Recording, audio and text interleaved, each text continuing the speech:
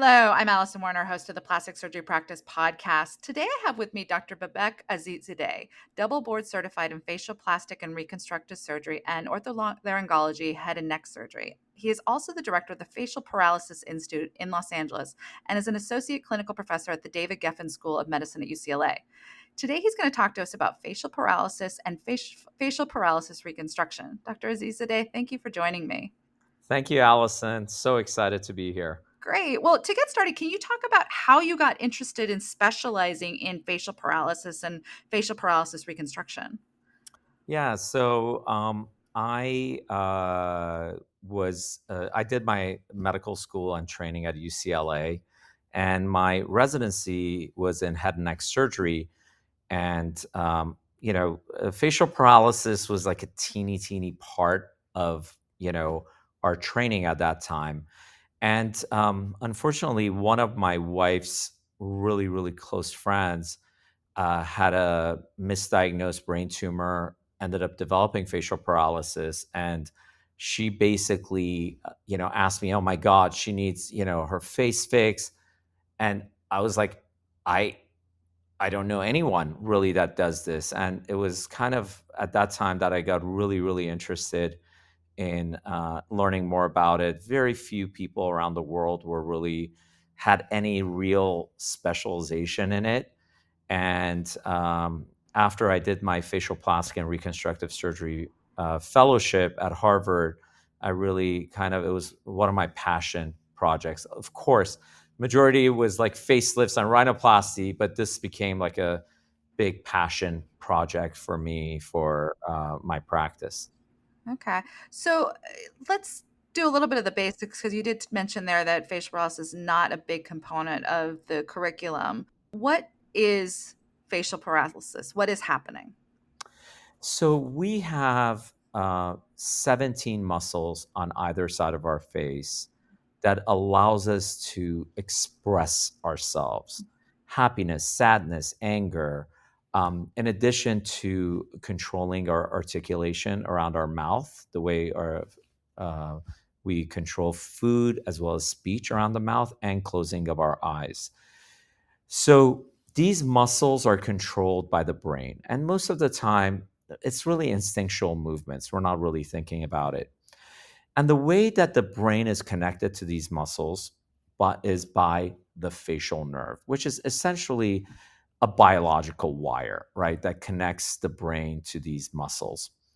And this nerve initially travels, all the little micronerves travel together. And as they leave the brain and leave the skull, they come into the face and divide up and go into the various muscles and control the various muscles depending on our expression. So, any type of injury, either in the brain, in the nerve within the brain, in the nerve within the skull, or in the face, can result in smile or facial dysfunction, and our expressions can be impacted. The most common cause is Bell's palsy. And basically, Bell's palsy is viral reactivation of the nerve that causes the nerve to stop working temporarily. And for most people, they recover completely, but about 20 to 30% get a disorganized recovery. Other types, some kids are born with Mobius syndrome that can cause facial paralysis or otherwise. You could have tumors of the parotid, you could have brain tumors, benign or otherwise. So anything that trauma, anything that interrupts the nerve, Lyme disease, uh, Ramsay Hunt syndrome, which is a different type of virus. So all of these things that are either virus, inflammation, infection, tumor, trauma can cause an interruption of that nerve. And if interruption happens, your face stops working normally. So, what is the plastic surgeon's role in treating facial paralysis? Yeah, so plastic surgeons typically manage facial paralysis after it's been set in, meaning after a period of time when the nerve hasn't recovered correctly or hasn't recovered at all. Because you get facial disfigurement, right? Smile disfigurement. And plastic surgery, again, traditionally was all about just creating some improvement in symmetry. Then it was about kind of what we call static procedures, where we just lift the face or lift the laugh line. And then over the past 20 years, we have been developing more and more dynamic reconstructive efforts that can allow the individual to smile more naturally, more emotionally, and more instinctually. So you want to kind of, with facial paralysis, you want to make the individual look inconspicuous. So when they're socializing or they're going out to the supermarket, someone doesn't say, "Oh my God, have you had a stroke?" And the second thing is you want to reintegrate them into their social life so that when they're sitting across the table at dinner, or if they're a teacher and people aren't saying, "Wait, what's happening to your face?" when they're trying to smile or move their face. So, what types of procedures are you most often doing with the various types of paralysis? That's a great question. It's really individualized, very individualized, because there's no two individuals that have exactly the same situation or circumstance, based on their age, based on their desire, based on their goals, and based on the type of paralysis. If we broadly, separate out facial paralysis into two different categories, one is complete paralysis, where there is zero activity. The nerves have not regenerated, so there's no movement. Everything's very loose. The second category is a disorganized nerve regeneration, where there is some activity, some muscle movements, something there, but it's not back to normal. So, in individuals who have zero activity, no activity at all, it really depends on how long it's been that they've been inactive, because muscles, if they've been paralyzed for a period of time, more than 2 years typically, they atrophy. We cannot revive those muscles. If it's less than 2 years, we can revive those muscles by connecting nerves that maybe go to the tongue, maybe go to the chewing muscle, into the facial nerve to revive the muscles. And then we can do other fancy nerve reorientations and rerouting, or muscle transplantations that can help them smile more spontaneously. So, for individuals who are fully paralyzed under 2 years, you try to revive their muscles. That's really critical. For individuals who are born with facial paralysis or have had it, again, fully paralyzed for more than 2 years, their muscles are atrophied. So you have to introduce new muscles to help them smile. And typically we get muscles from the inner thigh, something called the gracilis muscle, or from the chest called the pectoralis minor muscle, to essentially replace the lost muscle. And then we connect various nerves to them to help the individual smile naturally and aesthetically. Obviously, when you replace a teeny, thin, soft, pliable 17 muscles with one gracilis muscle, which is really a power muscle, right? Because it's part of our lower extremity, it's not going to give you, you're not going to get to 95% improvement. You get a dramatic improvement, but it's still not ideal. So that's kind of the approach I like to use for patients who are fully paralyzed. For patients who have what we call synkinesis, which is this disorganized nerve regeneration, which most often happens after Bell's palsy, we didn't have a great solution because those other treatments kind of created actually deformities. They weren't really doing really anything. What we found, and this is something that I kind of pioneered and really advanced, was that we realized that the reason they don't smile well is because their frowning muscles, their grimacing muscles, the negative emotional muscles were overactive, preventing the smile happiness muscles to work naturally. So, it's almost So, like a misfiring? misfiring, exactly. I like that, misfiring. So, what we do for individuals like that is three things really. We use Botox targeted in various muscles. That works well around the eye area, very well. We use physiotherapy, and it's really a lot of relaxation therapy. It's kind of like a cramp of your face, if you think about it. So a lot of stretching and neuromuscular retraining. And then I pioneered a surgery called selective neurolysis, where I actually go in and counterintuitively cut facial nerve branches that are going to the negative emotional muscles. So, by releasing and relaxing and reducing the activity of those counterproductive muscles, we allow the smile muscles to work better. And since those muscles are connected to the brain, it's their own facial nerve, it's supernatural results. And we can get sometimes patients to 90, 95%, maybe even more improvement in their condition. So that's kind of the strategic planning. Again, it depends. Some people don't want to have surgery. Some people don't want to have Botox. Some people, want as good as they can get. Some people just want to get some improvement. So we try to kind of be well balanced and listen to our patients and make sure that we can get them to their goals. Yeah. How common is it to have a plastic surgeon or a reconstructive surgeon as part of the care team for someone dealing with facial paralysis? Yeah, I mean, I think there are now more and more what we call facial nerve centers around the country, but it's still very, very rare. This is a very complex, it's not just like your experience, it's just complex surgery, microsurgery.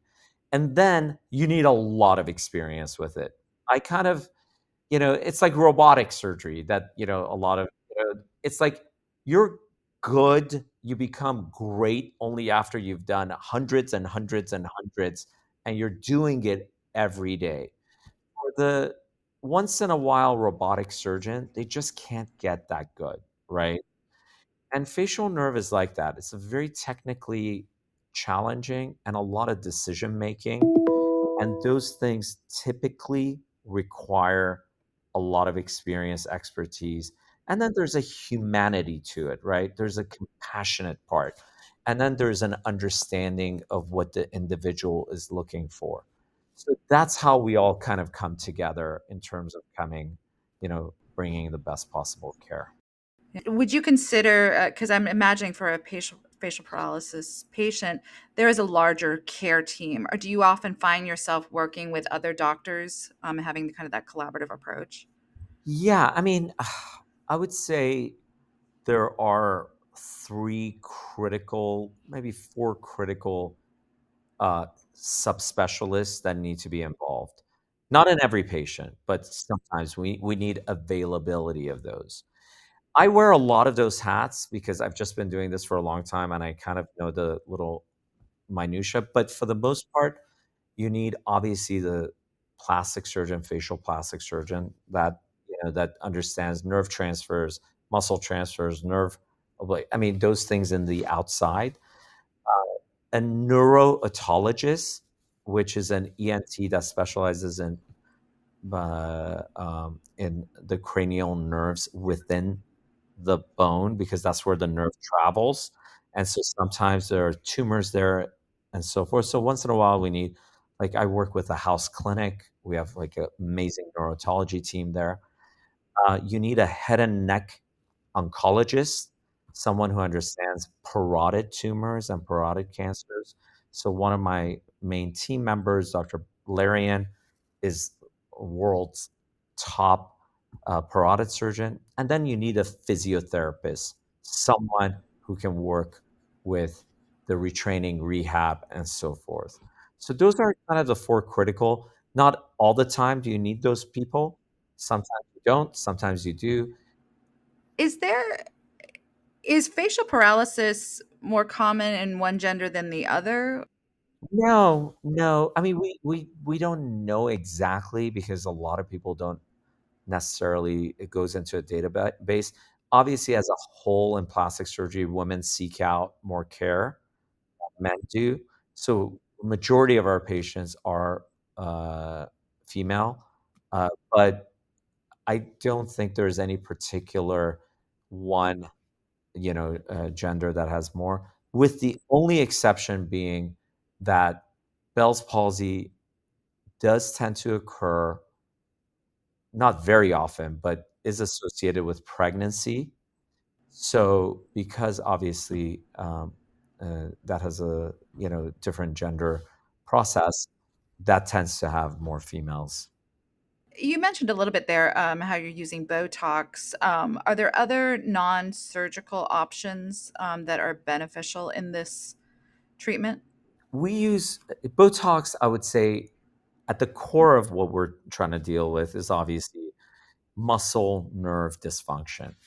But there's also facial asymmetry that takes place, right? When you have paralysis on one side versus the other, there's a facial asymmetry. So I, in my armamentarium, utilize fillers, energy-based devices, uh, as well as deep plane facelift and other blepharoplasty techniques to create symmetry. So there are a lot of various aesthetic treatments that we modify to create better symmetry. Like I do a lot of lip lifts to create asymmetrically to create improvement in the lip position.